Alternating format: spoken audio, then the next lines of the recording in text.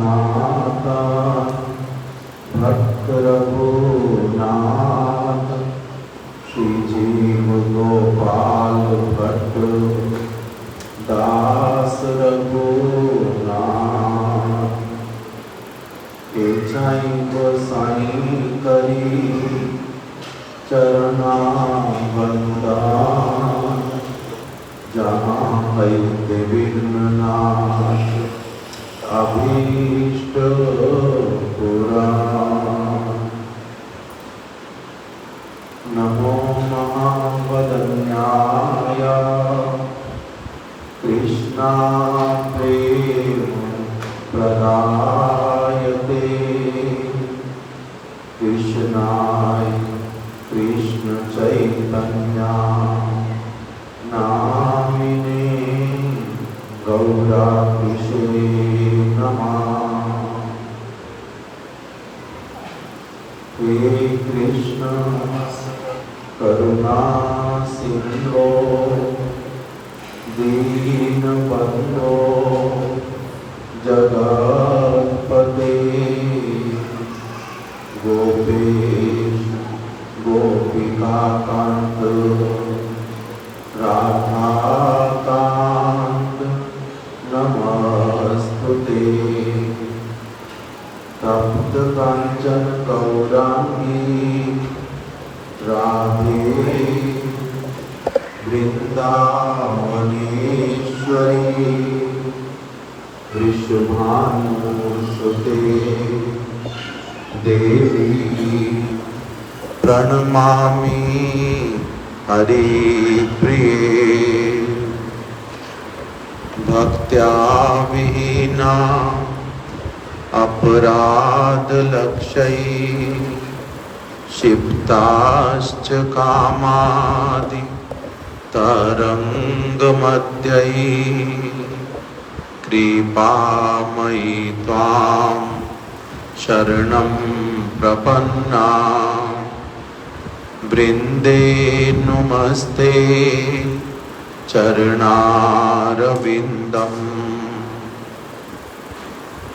श्रीकृष्ण चैतन्य प्रभो नित्यानंद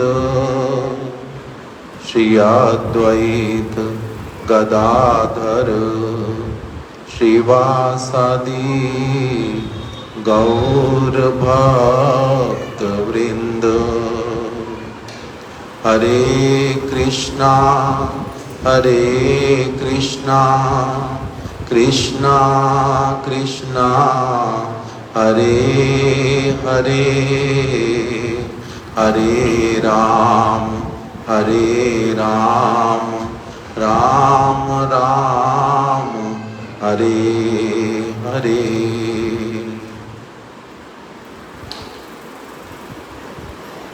सर्वप्रथम मैं अपने परम आराध्य गुरु पाद पद्म नित्य लीला प्रविष्ट ओम विष्णु पाद अष्टोत्तर शत श्रीमद् भक्ति प्रमोद पुरी गोस्वामी महाराज जी के श्री चरण कमलों में अपना दंडवत प्रणाम ज्ञापन करता हूँ। तत्पश्चात अपने शिक्षा गुरुपाद पद्म नित्य लीला प्रविष्ट श्रीमद् भक्ति वेदांत नारायण गोस्वामी महाराज एवं नित्य लीला प्रविष्ट श्रीमद् भक्ति विज्ञान भारती गोस्वामी महाराज जी के श्री चरण कमलों में अपना दंडवत प्रणाम ज्ञापन करता हूँ। यहाँ पर उपस्थित समस्त भक्त वृंद सभी के चरणों में यथा योग्य प्रणाम करता हूँ। आज एक विशेष तिथि श्री जगन्नाथ पुरी में भगवान जगन्नाथ देव आज 15 दिन के बाद में अपने दर्शन देना उन्होंने आज प्रारंभ किया। 15 दिन तक उनके दर्शन साधारण भक्तों के लिए बंद थे। कुछ कुछ उनके सेवक हैं जो कि उनके पास में जाते हैं। कुछ कुछ सेवक वो जगन्नाथ देव की सेवा के लिए जो जो चाहिए होता है वो लोग 15 दिन करते रहते हैं। हमारे भक्त लोग इधर आ जाओ तो सारे, इधर स्थान है, उधर देखना पड़ता, इधर आकर के बैठो आगे।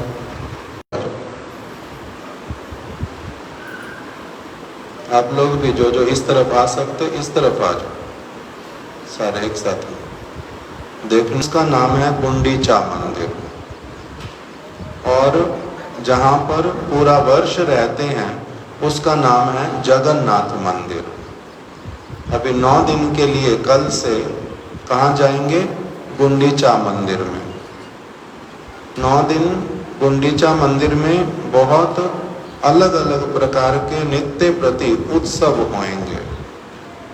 9 दिन के बाद में फिर जगन्नाथ देव पुनः उल्टा रथ बोलते हैं उसको, एकादशी के दिन में, शयन एकादशी के दिन, अथवा कभी कभी वो लोग दशमी के दिन भी ले जाते। अलग अलग कारणों से ऐसा होता, तो वो लोग रथ को फिर से लेकर के आते हैं। और फिर जगन्नाथ देव अपने मंदिर के बाहर खड़े होते हैं 2 दिन के लिए कम से कम। उसी में उनके बहुत अलग अलग प्रकार के वेश भक्त लोग बना देते हैं, उनके सेवक लोग। उसमें से एक विशेष वेश का नाम है सोना वेश। उसमें भगवान जगन्नाथ जी को, बलदेव जी को, सुभद्रा जी को, सभी के जो हाथ हैं वो सोने के बने हुए आगे दिखलाई पड़ते हैं। ऐसे विग्रह में नहीं दिखाई पड़ते, विग्रह ऐसे हैं वहाँ पर, किंतु उसके आगे फिर हाथ पूरे आ जाते अंगुलियों के साथ में, और उसी में फिर शंख, चक्र, गदा, पद्म इत्यादि धारण करते हैं। वो सोना वेश होता है। रथ के ऊपर एक समय में उनको भोग लगाते हैं, जब उल्टे रथ के बाद उसको बोलते हैं अधरामृत, न क्या नाम है उसका, मटके रखते हैं बहुत उनके एकदम से मुख के पास में, नीचे से मटका, बहुत बड़ा मटका बनता है और मुख के पास में लेकर के आते हैं। अधर पाना ला करके देते हैं और फिर वो सारे भक्तों में वितरित होता है।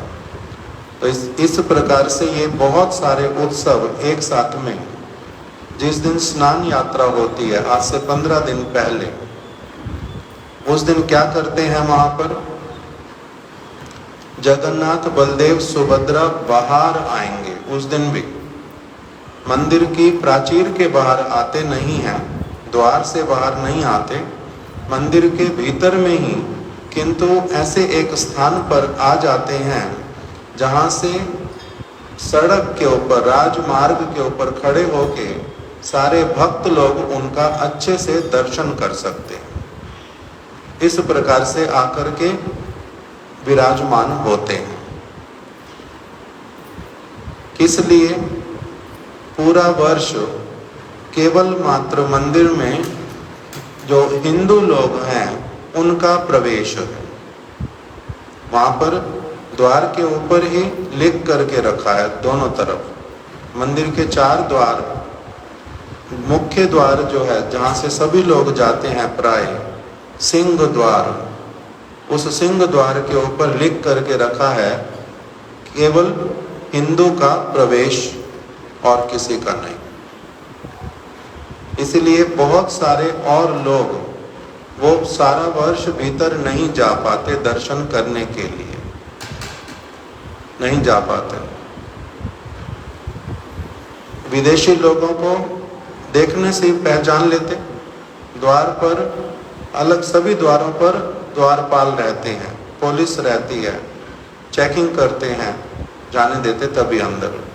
तो किसी भी विदेशी व्यक्ति को भीतर में नहीं जाने देते,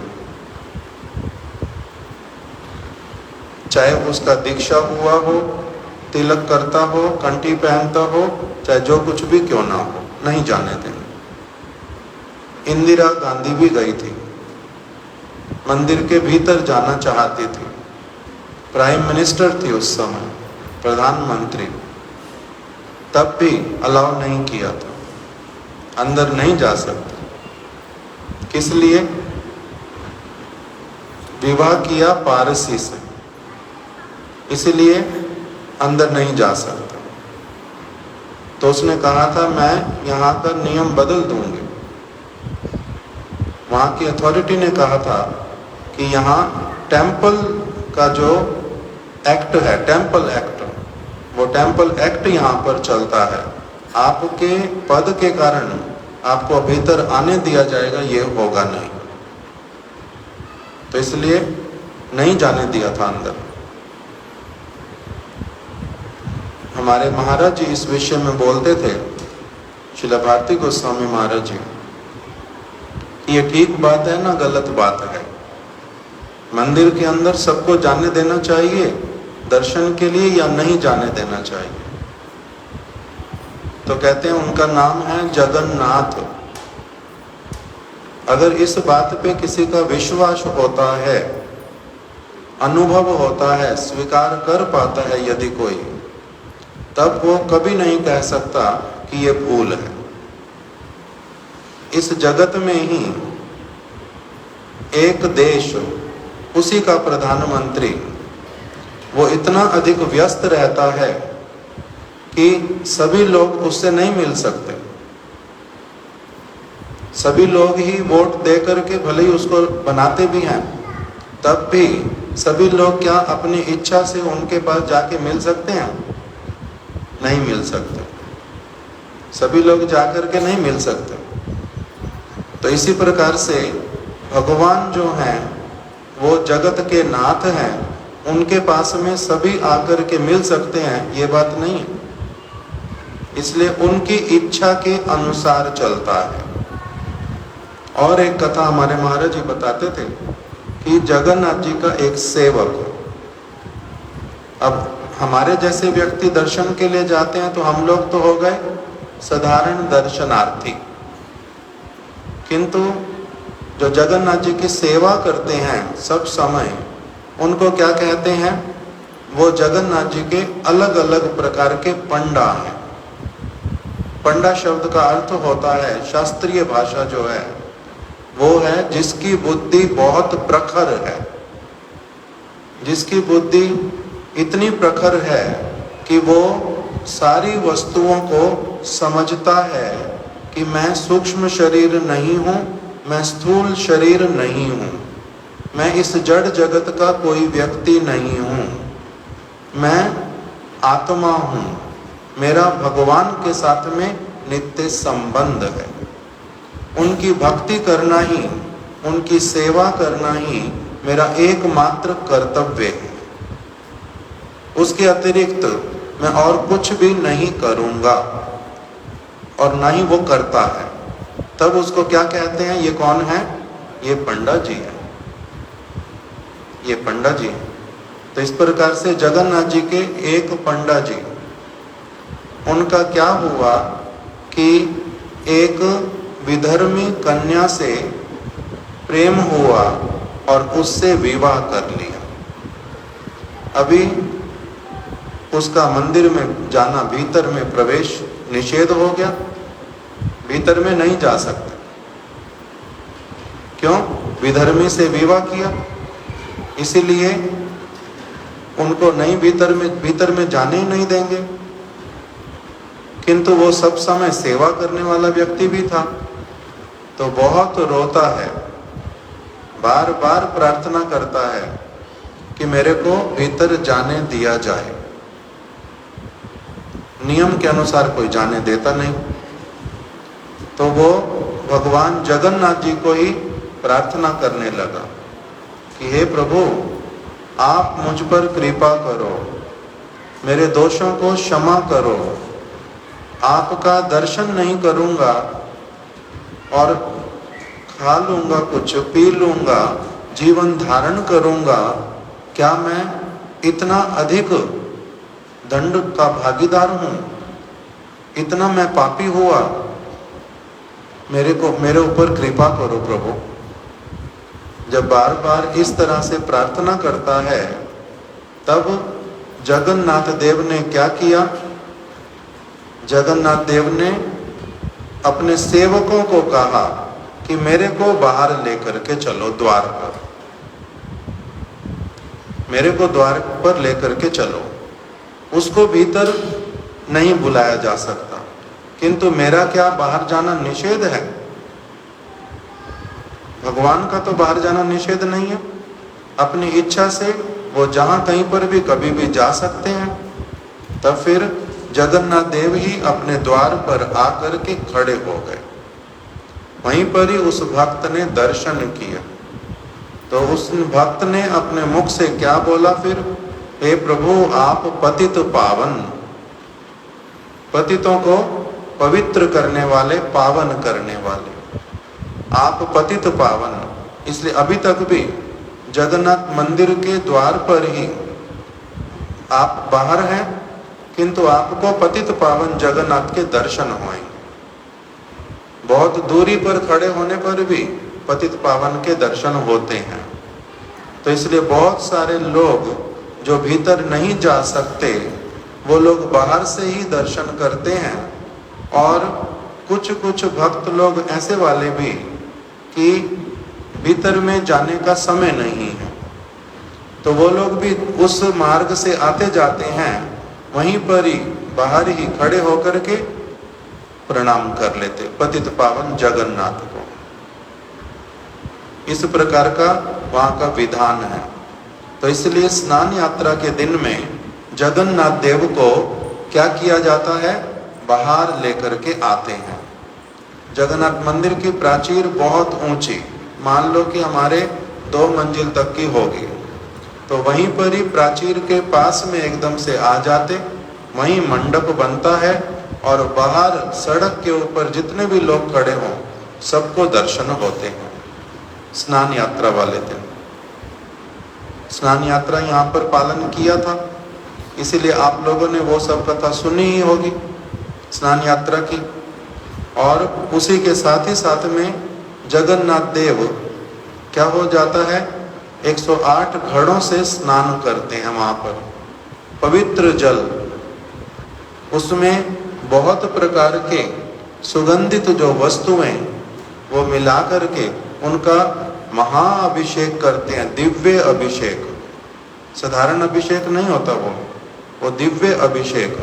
और स्नान यात्रा का अर्थ क्या होता है? यात्रा शब्द किसको कहते हैं? हम लोग यहाँ पर यात्रा कहने से क्या समझते हैं? एक स्थान से दूसरे स्थान पर जाना, उसको कहते हैं यात्रा।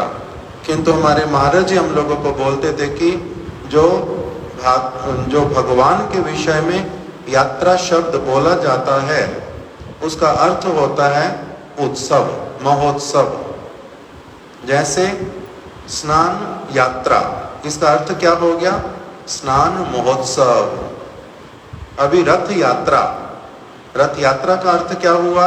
रथ के ऊपर बैठ के यात्रा कर रहे हैं, ये नहीं, रथ महोत्सव।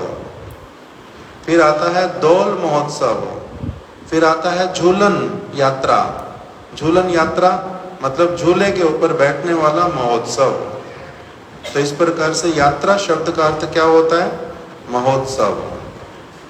तो वो महोत्सव वहाँ पर स्नान के दिन में, महोत्सव का क्या अर्थ होता है? किसी के नेत्रों के लिए वो महोत्सव होता है। वो लोग क्या करते हैं? भगवान जगन्नाथ जी के महाअभिषेक का अपनी आंखों से दर्शन करते हैं। कोई क्या करते हैं? अपने हाथों से वो पात्रों को और जल को, पात्रों को साफ करके रखना, जल को भर के लेकर के आना, उसमें सुगंधित पुष्प इत्यादि और अलग अलग प्रकार की जो जड़ी बूटियों से बने हुए अत्यधिक सुगंधित मसाले इत्यादि वो लेकर के आते हैं, इकट्ठे करते हैं, उसमें डाल करके स्नान कराते हैं।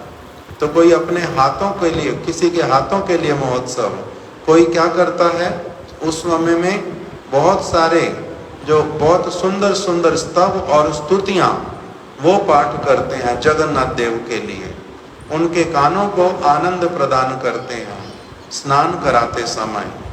तो इसलिए अलग अलग भक्त लोग, उनके लिए महोत्सव होता है, भगवान को देखना, उनके विषय में गाना, उनके विषय में सुनना, अपने हाथों से उनके लिए कुछ करना, अपने पैरों से चल करके जाना, खड़े होना, दर्शन करना, ये सारी वस्तुएं भगवान के साथ में संबंध युक्त होने के कारण, वो स्नान साधारण स्नान नहीं है, हम लोगों की तरह नहीं है, वो एक महोत्सव है बहुत बड़ा।